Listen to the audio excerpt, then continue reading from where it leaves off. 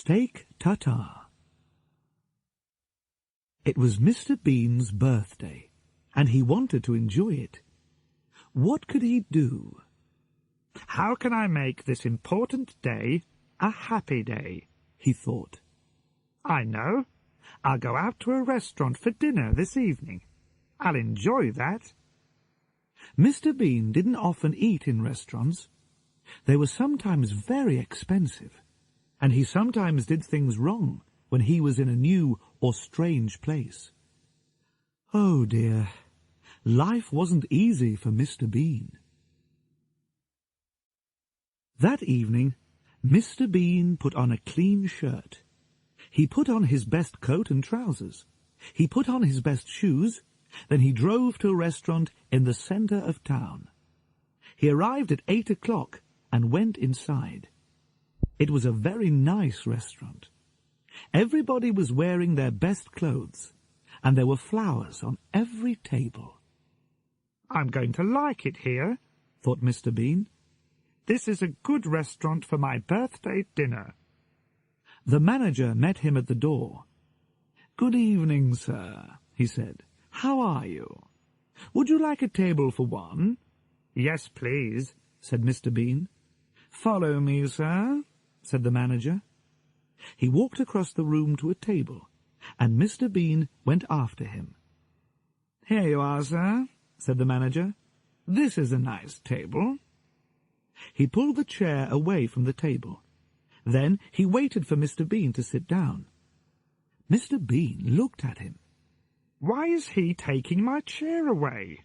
thought Mr. Bean. "What's he doing?" And he pulled the chair away from the manager and sat down quickly. When the manager went away, Mr. Bean sat quietly for a minute. Then he remembered something. He took a birthday card and an envelope out of his jacket. Next, he took out a pen and wrote, "Happy Birthday, Bean," inside the card. Then he put the card into the envelope and wrote his name on the outside of it. He put it on the table and put his pen back into his jacket. After a minute or two, Mr. Bean pretended to see the card for the first time. "Oh, a card for me?" he said. He opened the envelope and took out the card. He read it carefully. "Now that's nice," he said. "Somebody remembered my birthday." And he stood the card on his table. The manager arrived with the menu and gave it to Mr. Bean. Mr. Bean started to read it. "Oh dear," he thought. "Everything's very expensive. What can I have?" Mr. Bean got out his money. He had a £10 note and some coins. He put the money onto a plate. "How much have I got?" he said, and he moved the money round on the plate. 10, 11, and 40, 50, 55. £11 and 55 pence. He looked at the menu again. What could he eat for £11.55? The manager came to his table. "Are you ready, sir?" he asked. "Yes," said Mr. Bean. He put his finger on the menu. "I'll have that, please." The manager looked at the menu. "The steak tartare, sir." "Yes, of course." "Yes," said Mr. Bean. "Steak." The manager took the menu and went away. Mr. Bean sat and looked round the restaurant. There were a lot of people in the room. There was a man and a woman at the next table. They ate and talked. Suddenly, a waiter arrived at Mr. Bean's table with a bottle of wine. "Would you like to try the wine, sir?" he said. "Oh, yes, please," said Mr. Bean. The waiter put some wine in Mr. Bean's glass, and Mr. Bean had a drink. It was very nice. He smiled, and the waiter tried to put more wine into the glass. Of course, the waiter was right. First, the customer tries his wine. When he is happy with it, the waiter gives him more wine. But Mr. Bean didn't know this, and he quickly put his hand across the glass. "No, thank you," he said. "I don't drink wine when I'm driving." The waiter looked at him strangely and walked away. He didn't say, "Why did you try the wine when you didn't want it? You stupid man." Mr. Bean took the knife from the table and started to play with it. He pretended to be a bad man. He pretended to push the knife into somebody. But he didn't really want to kill anybody, of course. It was a game. The woman at the next table looked at him angrily, and Mr. Bean quickly moved the knife. Next, he hit the glasses and plate on his table with it. Ping, ping, ping, they went. And after a minute, he played the song Happy Birthday on the glasses. He smiled and thought, "I'm very clever." But the woman at the next table didn't think, "That's clever," or, "Oh yes, that's funny." She thought, "That man's really stupid." And she looked hard at Mr. Bean. Mr. Bean put the knife down and looked at his napkin. "It's a very nice napkin," he thought. The waiter saw Mr. Bean looking at his napkin. He didn't say anything, but suddenly, flick, he opened it for Mr. Bean. "That's clever," thought Mr. Bean. "I'll try that." And he began to move his napkin. Flick, flick, flick. Suddenly the napkin flew out of his hand. It flew across onto the next table. The woman at the table looked round again, but Mr. Bean pretended not to see her. His face said, "It's not my napkin." A minute later, the waiter arrived with his food. There was a large cover on the plate, and Mr. Bean couldn't see the food. But he gave the waiter the money on the table. Customers don't usually give a waiter money when he arrives with the food, but the waiter didn't say anything. He took the money and put it in his jacket. Mr. Bean was happy. "I'm doing everything right," he thought. The waiter took the cover off the plate and walked away. Mr. Bean looked at the food in front of him. He put his nose near the meat and smelled it. Then he put his ear next to it. "What's this?" he thought. He put some of the meat into his mouth. Suddenly, the manager arrived at his table. "Is everything all right, sir?" he asked. "Are you happy with everything?" Said Mr. Bean. He smiled. The manager smiled too. He walked away, and Mr. Bean's face changed. There was no smile now. "Ah!"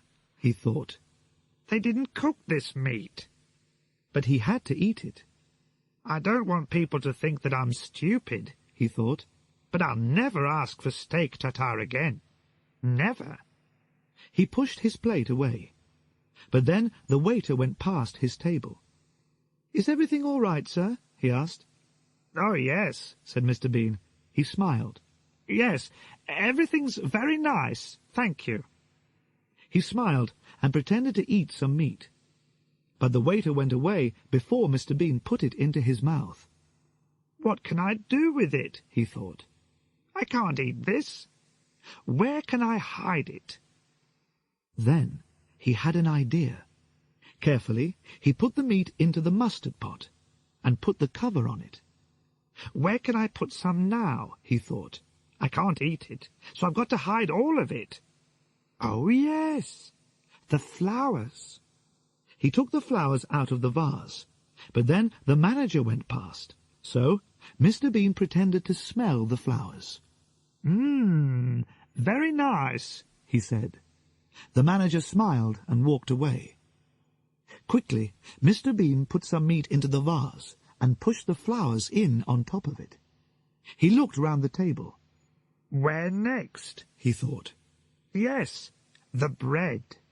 He took his knife and cut the bread roll. Then he quickly ate the middle of it. Now he could push some meat inside the roll. He did this. Then he put the roll down. He looked at the meat on his plate. "There's a lot of it," he thought. "Where can I hide it now?" He looked at the small plate on the table. Perhaps he could hide some meat under the plate. He looked round. "Nobody's watching me," he thought. So he took more meat from the big plate in front of him and put it under the small plate. Then he pushed down hard with his hand. The waiter walked past his table again. Mr. Bean smiled at him and put his arm on the plate. After the waiter went away, he pushed down on the small plate again. "That's better," he thought. "Now you can't see the meat. Good. But there's more meat. Where can I hide it?" He looked round the table. "The sugar pot," he thought. "But it's got sugar in it. What can I do?" He thought quickly. Then he put some sugar into a wine glass. Next, he put some of the meat into the sugar pot. Then he put the sugar from the wine glass on top of it. "Good," he thought. "Nobody can see it in there." Suddenly, Mr. Bean could hear music. "Where's that coming from?" he thought. He looked round and saw a man with a violin. After a minute or two, the man came across to Mr. Bean's table and played for him. Mr. Bean smiled. "This is nice," he thought. Then the man saw Mr. Bean's birthday card, and the music changed. The man started to play Happy Birthday. The people at the other tables looked round when they heard the song. Who's having a birthday, they thought. Then they saw Mr. Bean and smiled at him. Mr. Bean smiled back at them. He pretended to eat some of the meat, but he didn't put it into his mouth. The man with the violin walked round Mr. Bean's table and watched him. He played his violin and waited for Mr. Bean to eat the meat. And he waited and waited and waited. "I'll have to eat some," thought Mr. Bean. "He'll only go away when I eat it."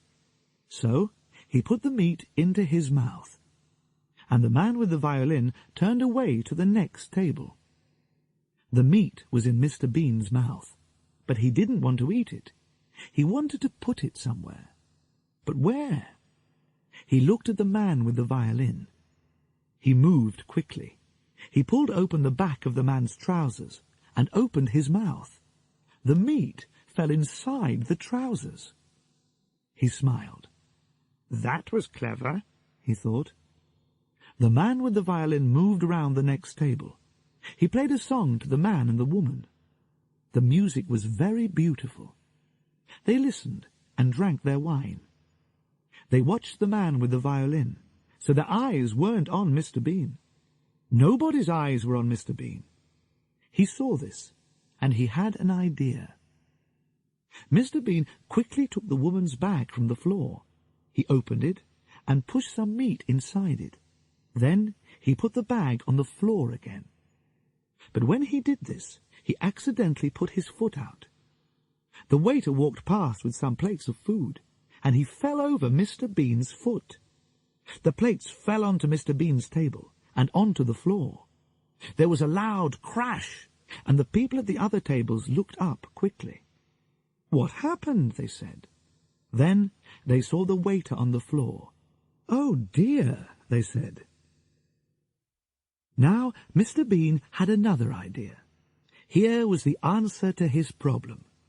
He moved very quickly. He pushed the meat from his plate onto the table with the other food. Then he pretended to be very angry. "Look, you stupid man," he said to the waiter. "Oh, look at this." The waiter got up from the floor. "I'm sorry, sir," he said. "I'm really very sorry." The manager arrived at the table. "I'm very sorry too, sir," he said. "Oh, the food." "Yes, it's everywhere," said Mr. Bean. "Look, it's in the mustard pot, it's in the bread roll, it's in the vase of flowers." He took the woman's bag from the floor. "And it's in here." He pulled open the back of the violin player's trousers.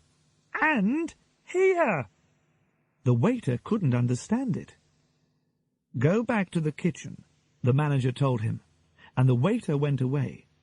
Then the manager turned to Mr. Bean. "Please, sir, he said. "Come with me." "What?" said Mr. Bean. "Oh, yes, all right." The manager took Mr. Bean to a clean table. "Sit here, sir," he said. Mr. Bean sat down. "Thank you," he said. The manager opened Mr. Bean's napkin. Then he got the birthday card from the other table. He put it on Mr. Bean's clean table. "Thank you," said Mr. Bean.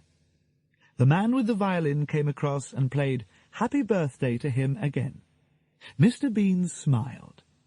Now everything was all right. "Now I can start again," he thought. "And this time I'll do everything right." The waiter arrived at Mr. Bean's table. He put a plate in front of Mr. Bean. The manager smiled and took off the cover. Mr. Bean looked down, and he stopped smiling. There, in front of him, was a very large plate of steak tartare. The laundrette. A lot of Mr. Bean's clothes were dirty. "I'll go to the laundrette this morning," he thought. "I'll take the car." He put his dirty clothes into a very large black bag and took the bag out to his car. He put it inside. Then he got in and drove to the laundrette. The laundrette wasn't very busy that morning. Before Mr. Bean arrived, there were only 2 women there. The younger woman was with the laundrette manager. "I've got to wash a lot of clothes," the young woman said to the manager. "I'll want a big washing machine." "This is one of our bigger machines," said the manager. "Use this." At that minute, Mr. Bean arrived. He had the black bag on his back, and he couldn't get it through the laundrette door. "Oh," he said. He pulled and he pushed. He pushed and he pulled. In the end, he got the bag inside. He took it across to one of the washing machines. "Money," he thought. "I want 2 one-pound coins for the washing machine." He took 2 one-pound coins out of his jacket and put them on the top of the machine. But then Mr. Bean saw a note above the washing machine. Machines now cost £3. "Oh, no," thought Mr. Bean. "Have I got another 1-pound coin?" He looked in his jacket and his trousers, but he could only find a 5-pence coin. He put this on top of the washing machine. Then Mr. Bean remembered something. He did have another 1-pound coin. But he looked round. The young woman was next to the big washing machine. Mr. Bean saw her putting some clothes into it. The laundrette manager was busy in his little office. "Nobody's watching me," thought Mr. Bean. "Good." He opened the front of his trousers. Then he started to pull out some string. The young woman turned suddenly and saw Mr. Bean pulling the string out of his trousers. "What is that man doing?" she thought. Mr. Bean saw her looking and turned away quickly. But now the older woman looked at him. Her eyes opened wide. "That's a strange man," the woman thought. "He's got string inside his trousers." On the end of the string was some paper, and inside the paper was a 1-pound coin. Mr. Bean smiled. He took the coin out of the paper and put it on the top of the washing machine. Then he put the 5-pence coin back into his jacket. Next, he opened the washing machine. A man came into the laundrette with a bag of dirty clothes under his arm. He was young and strong. When he saw Mr. Bean, he smiled. But it wasn't a nice smile. He didn't say hello or good morning. He pushed Mr. Bean away from the washing machine. "What?" began Mr. Bean. Then the young man pushed Mr. Bean's 1-pound coins onto the next machine. Mr. Bean was angry. He turned round to speak angrily, but then he saw the young man taking a white karate suit out of his bag. "A karate suit," thought Mr. Bean. so he can fight. Perhaps I won't say anything. The young man pushed his white karate suit into the washing machine. Then he put some money into the machine and sat down on a chair. He took a magazine out of his bag and began to read. Mr. Bean started to put his clothes into his washing machine. There were some pairs of underpants. Monday, he said, and he put one pair into the machine. Tuesday, he put the next pair into the machine. Thursday, Friday, Saturday. 3 pairs went into the machine. Mr. Bean stopped. Wednesday, he thought. Where are Wednesday's underpants? Oh, it's Wednesday today, and I'm wearing them. What could he do? He had to wash them, so he had to take them off. He looked round. Where can I go? He thought. There was a partition near the washing machines. I'll go behind that, he thought. He started to walk to the partition, but the young man put his legs across the floor. He wanted to make Mr. Bean angry. But Mr. Bean remembered the karate suit. The man could fight. He walked round the young man's legs and said nothing. He went behind the partition and carefully took off his brown trousers. The young woman put some of her clothes into one of the very big washing machines. The other clothes were on the top of a smaller machine near the partition. She didn't watch her clothes very carefully. She didn't see Mr. Bean put a hand round the partition, and she didn't see him put his brown trousers down with her clothes. Mr. Bean took off his underpants, Wednesday's underpants. Then he put his hand round the partition. He took something, but it wasn't his brown trousers. It was a long brown skirt. Mr. Bean put on the skirt and came out from behind the partition. He walked back to his washing machine. The young woman took the brown trousers from the top of the smaller washing machine. She didn't look at them. She put them into the big machine. Next, she shut the door of the machine and took a magazine. Then she sat down on a chair near the dryers and started to read. She had her back to Mr. Bean, so she didn't see him wearing her skirt. Mr. Bean put his Wednesday underpants into his washing machine. Then he closed the door and put in his 3 one-pound coins. He sat down on a chair and saw the skirt. Oh, no, he thought. What's this? A skirt? Where are my trousers? The young man walked past him, and Mr. Bean tried to hide the skirt with his hands.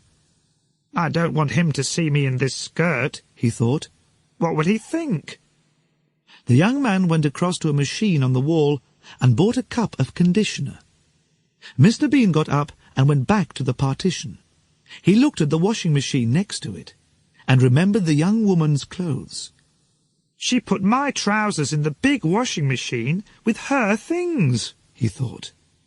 He went across to the big washing machine and tried to open it, but he couldn't do it. I'll have to wait, he thought, and he walked back to his chair. The young man put his cup of conditioner on the top of his washing machine. Then he looked at Mr. Bean and saw the skirt. He started to laugh. Mr. Bean looked away quickly. He got his black bag, and a pair of underpants fell out of it. Oh, Sunday's underpants, he said. He tried to stop his washing machine and open the door, but the machine didn't stop. What can I do? He thought. He looked down at the skirt. I know. I'll wear Sunday's underpants under this skirt. That's a good idea. He looked round, then went across to the conditioner machine, away from the other people. Carefully, he started to put on Sunday's underpants. He put his feet into them, and suddenly he couldn't pull them up. He couldn't move them. There was a strange foot on them. It was the young man's foot. Mr. Bean turned round and saw the young man laughing at him. Mr. Bean wanted to shout, "Go away, you stupid man!" but he was too afraid. After a minute, the young man laughed again and went back to his chair.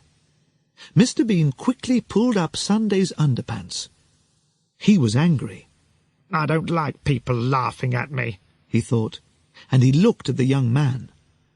"What can I do to him? I can't fight him. He's too strong." Then he had an idea. There was a coffee machine next to the machine for conditioner. Mr. Bean went across to it and got a cup of black coffee. He smiled and walked back to his washing machine with the coffee. The young man's eyes were on his magazine. He didn't look at Mr. Bean or the washing machine. Now, thought Mr. Bean, and he quickly changed the young man's cup of conditioner for his cup of black coffee. Then he carried the cup of conditioner to his chair and sat down. He smiled. "That will teach him a lesson," he thought. After a minute, the young man stood up and went to his machine. He had to put the conditioner into it now. He stood next to the machine and laughed at Mr. Bean's skirt. So he didn't look at the cup when he put the conditioner into the top of his washing machine. But of course, it wasn't conditioner. It was black coffee. Mr. Bean tried not to laugh. The young man sat down in his chair again and looked across at his washing machine. There was a window in the door, and the young man could see his white karate suit going round and round in the water. But the suit wasn't white now. It was brown. "What?" he shouted. He jumped up. He ran across to the cup and looked inside it. Then he put it to his nose and smelled it. "Coffee!" he shouted. Then he looked across at Mr. Bean. "Did you?" Mr. Bean didn't answer, but his face said, "Who? Me?" He pretended to drink his cup of coffee, but it wasn't coffee. It was conditioner. The young man went to find the laundrette manager. Mr. Bean stopped drinking and said, "Ah!" The young man showed the brown karate suit to the laundrette manager. "What's wrong, sir?" said the manager. "This karate suit was white when I came in here," said the young man. "Now look at it." "What did you do to it?" said the manager. "Me? I didn't do anything to it," said the young man angrily. He pulled the manager across to his washing machine. "This is your machine, is that right?" Yes," said the manager. The young man showed him the karate suit again. "This cost me £200, he said. "What are you going to do about it?" Will you come to my office, please, sir?" said the manager. "We can talk about it there." Mr. Bean sat opposite a large dryer. His underpants and other things were in the machine. They were clean now and nearly dry. Mr. Bean waited. After a minute, the dryer stopped. He got up and opened the door. Then he started to take out his clothes. A minute or two later, the young woman came to the next dryer and started to take out her clothes. They were dry too. "Perhaps my trousers are in there," thought Mr. Bean. The young woman took some clothes out of the machine and put them into a bag. Then she went back to the big washing machine for her other clothes. Mr. Bean moved quickly. He started to look through her clothes for his trousers, but he couldn't find them. "Where are they?" he thought. "They're here somewhere. Wait a minute. Perhaps she left them in the dryer." So he looked inside it. First, he put his head into the machine. "I can't see anything," he thought. "It's too dark." Next, he climbed into the machine. The young woman was busy at the big washing machine. She didn't see Mr. Bean climb into the dryer. Then she took something out of the big washing machine.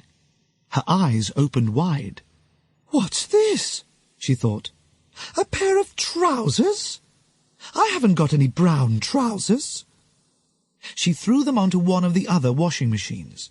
Then she took her clothes across to the dryer. Mr. Bean was inside the dryer. "Where are my trousers?" he thought. Suddenly, the woman's washing began to fly into the machine. A skirt, a dress, and some shirts. "What?" began Mr. Bean.